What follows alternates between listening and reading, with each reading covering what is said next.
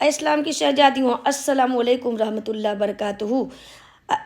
اچھی اچھی باتیں کرنی، دل فریب کے مضامین لکھ دینا اور بہتر سے بہتر قانون بنا دینا تو بہت آسان ہے، مگر ان پر عمل کر کے دنیا کو دکھا دینا یہ بڑا مشکل کام ہے۔ لیکن رحمت للعالمین کی سیرت مقدسہ پر یہ بڑا نادر، نایاب اور انتہائی روشن تابناک پہلو ہے کہ آپ نے مجمع عام میں جس بات کا حکم دیا اس پر نہ کہ صرف بازار میدان میں ہی بلکہ اپنے مکان کی بند کوٹری میں بھی عمل کر کے دکھایا۔ ناظرین، کون نہیں جانتا کہ عرب نہیں بلکہ ساری دنیا میں لونڈی غلاموں کو جانوروں سے بھی کمتر اور بدتر سمجھا جاتا تھا، مگر آؤ رحمت للعالمین کی تعلیم رحمت پر ایک نظر ڈالو۔ آپ فرماتے ہیں کہ اے لوگوں، یہ تمہارے لونڈی غلام تمہارے بھائی ہی ہیں جن کو اللہ نے تمہارے ماتحت کر دیا ہے، لہذا خبردار تم ان کے حقوق کا خیال رکھو۔ جو تم خود کھاتے ہو اس میں سے انہیں بھی کھلاؤ، اور جو لباس تم پہنتے ہو اسی قسم کا لباس انہیں بھی پہناؤ، اور ان سے ایسے کام کی فرمائش نہ کرو جو ان کے طاقت سے باہر ہو۔ اگر تم ایسے مشکل کاموں کا فرمائش کرو تو خود بھی ان کی مدد میں لگ جاؤ اور ان کا یعنی کہ ہاتھ بٹھاؤ۔ اللہ اکبر۔ کہ حضرت زید بن حارثہ کا نام آپ لوگوں نے سنا ہوگا۔ یہ میرے آقا صلی اللہ علیہ وسلم کے غلام تھے۔ بارشاہ برس ان کے والد ان کے فراق میں رویا کرتے تھے اور جگہ جگہ تلاش کیا کرتے تھے۔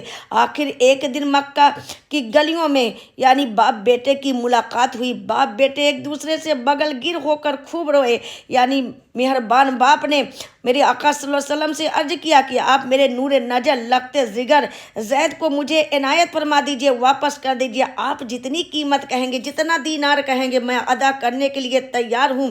اللہ اکبر۔ رحمت عالم صلی اللہ علیہ وسلم نے فرمایا، اے حارثہ، مجھے قیمت کی ضرورت نہیں ہے، میں باخوشی زید کو اختیار دیتا ہوں کہ اگر وہ چاہیں تو تم ان کو اپنے ساتھ لے جا سکتے ہو۔ مگر جب زید کے والد نے اپنے ساتھ لے جانا چاہا تو حضرت زید نے یعنی رحمت عالم کے جمال نبوت کو ایک نظر دیکھا، پیارے آقا صلی اللہ علیہ وسلم کے رخسار کو دیکھا اور آپ کے بہتر اخلاق کو دیکھا، اور زبان حال عرض کرنے لگے، تیرے قدموں میں جو ہوں غیر کا منہ کیا دیکھوں، کون نظروں میں جچے دیکھ کر تلوا تیرا، تیرے ٹکڑوں سے پلے غیر کی ٹھوکر میں ڈال، جھڑکیاں کھائیں کہاں چھوڑ کے ٹکڑا تیرا۔ زید نے اپنے باپ سے اپنے والد سے صاف صاف کہہ دیا کہ میں اپنے رحیم و کریم آقا کی غلامی پر ہزاروں آزادیوں کو قربان کرتا ہوں۔ اے میرے شفیق باپ، میں کسی حال میں بھی اپنے آقا کی چوکھٹ کو نہیں چھوڑ سکتا۔ حارثہ نے اپنے بیٹے زید کی اس والخانہ محبت رسول پر تعجب کرتے ہوئے کہا کہ اے لگتے جگر، مجھ سے نہ پوچھو میرا حال، سن میرا حال کچھ نہیں، تیری خوشی میں میں خوش ہوں، میں تجھ سے سوال کچھ نہیں۔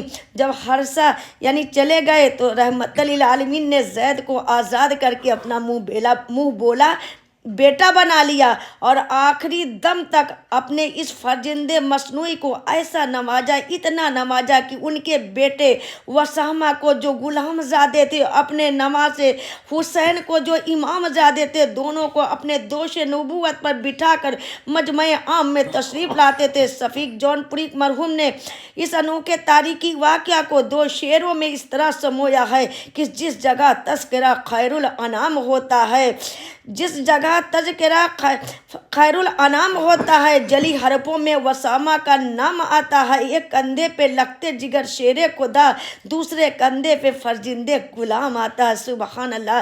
تو ناظرین، دیکھا آپ نے کہ غلاموں پر رحمت للعالمین کی رحمت، ایک کندھے پر غلام زادے اور دوسرے کندھے پر امام زادے کو بٹھا کر اپنی امت کو یہ تعلیم فرما رہے ہیں کہ اے دنیا والو، دیکھ لو، رحمت للعالمین کی نگاہ رحمت میں غلام کا بیٹا اور بیٹی کا بیٹا دونوں برابر ہیں۔ سبحان اللہ، سبحان اللہ۔